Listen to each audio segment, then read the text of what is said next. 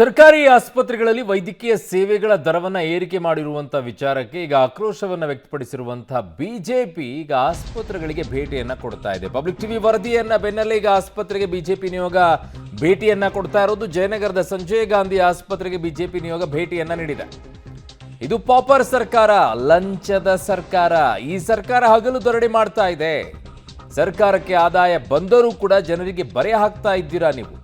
ಗ್ಯಾರಂಟಿಗಾಗಿ ದರ ಏರಿಕೆ ಮಾಡೋದು ಎಷ್ಟು ಸರಿ ಅಂತ ವಿರೋಧ ಪಕ್ಷದ ನಾಯಕರಾಗಿರುವಂತಹ ಆರ್ ಅಶೋಕ್ ಅವರು ಪ್ರಶ್ನೆ ಮಾಡಿ ಸರ್ಕಾರದ ಮೇಲೆ ಕಿಡಿಕಾರಿದ್ದಾರೆ, ಆಕ್ರೋಶವನ್ನು ಹೊರಹಾಕಿದ್ದಾರೆ. ಪಬ್ಲಿಕ್ ಟಿವಿ ನಿರಂತರವಾಗಿ ವರದಿಯನ್ನ ಮಾಡಿತ್ತು ಈ ನಿಟ್ಟಿನಲ್ಲಿ. ಆ ನಿಟ್ಟಿನಲ್ಲಿ ಈಗ ಆಸ್ಪತ್ರೆಗೆ ಭೇಟಿಯನ್ನ ಕೊಟ್ಟಿದೆ ಬಿಜೆಪಿಯ ನಿಯೋಗ.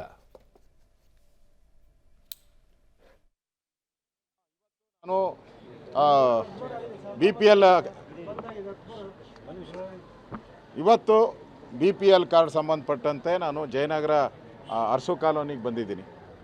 ಅರಸು ಕಾಲೋನಿಯಲ್ಲಿ ಜನ ಇಡೀ ಶಾಪ ಹಾಕಿದ್ರು ಎಲ್ಲರೂ.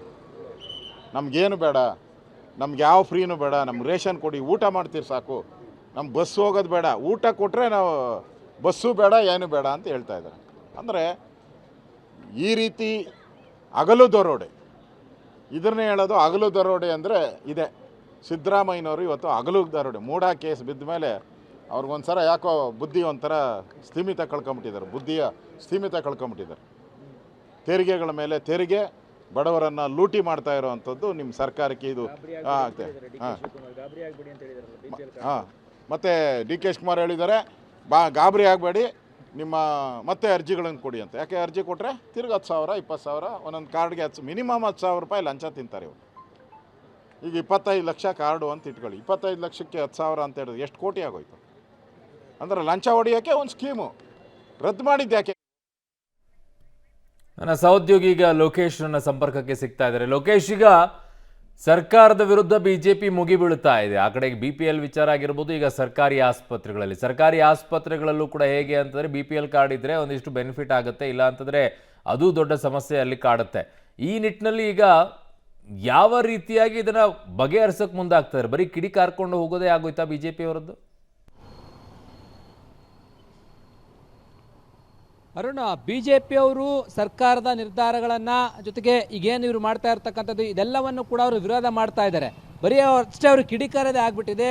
ಅದಕ್ಕೆ ಒಂದು ಫೈನಲ್ ಒಂದು ನ್ಯಾಯ ದೊರಕಿಸ್ಕೊಡುವಲ್ಲಿ ವಿಫಲ ಆಗ್ತಾ ಇದೆ ಅನ್ನುವಂಥದ್ದು. ಆದರೆ ಪ್ರಶ್ನೆ ಮಾಡ್ತಾ ಇದ್ದಾರೆ. ಪ್ರಶ್ನೆ ಮಾಡಿದ ತಕ್ಷಣ ಸರ್ಕಾರ ಕೂಡ ಎಚ್ಚೆತ್ಕೊಂಡು ಅದನ್ನು ಸರಿಪಡಿಸ್ತೀವಿ, ಒಂದಷ್ಟು ಕಾರ್ಯಪ್ರವೃತ್ತರಾಗ್ತಾ ಇರ್ತಕ್ಕಂಥದ್ದು. ಅದರಲ್ಲಿ ಈಗ ಆಸ್ಪತ್ರೆಯ ದರಗಳ ಹೆಚ್ಚಳದ ಬಗ್ಗೆ ಕೂಡ ಅವರು ಆಸ್ಪತ್ರೆಗೆ ಭೇಟಿ ಕೊಟ್ಟು ಸರ್ಕಾರದ ನಿರ್ಧಾರವನ್ನು ಖಂಡಿಸಿರುವಂಥದ್ದು.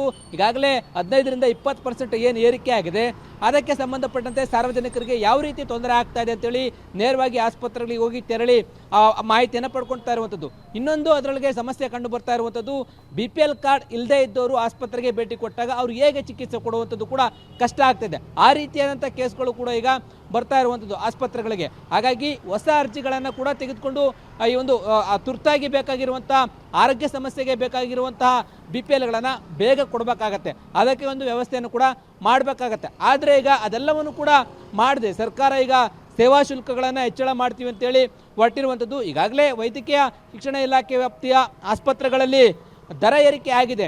ಇನ್ನು ಆರೋಗ್ಯ ಇಲಾಖೆ ವ್ಯಾಪ್ತಿಯ ಜಿಲ್ಲಾಸ್ಪತ್ರೆಗಳು, ತಾಲೂಕು ಆಸ್ಪತ್ರೆಗಳು, ಜನರಲ್ ಆಸ್ಪತ್ರೆಗಳಲ್ಲಿ ಏರಿಕೆ ಮಾಡ್ತೀವಿ ಅಂತೇಳಿ ದಿನೇಶ್ ಗುಂಡೂರಾವ್ ಅವರು ಹೇಳ್ತಾ ಇರುವಂಥದ್ದು.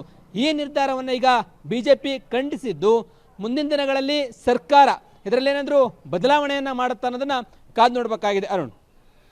ಓಕೆ ಲೋಕೇಶ್, ನಿಮ್ಮೆಲ್ಲ ಮಾಹಿತಿಗೆ ಧನ್ಯವಾದಗಳು.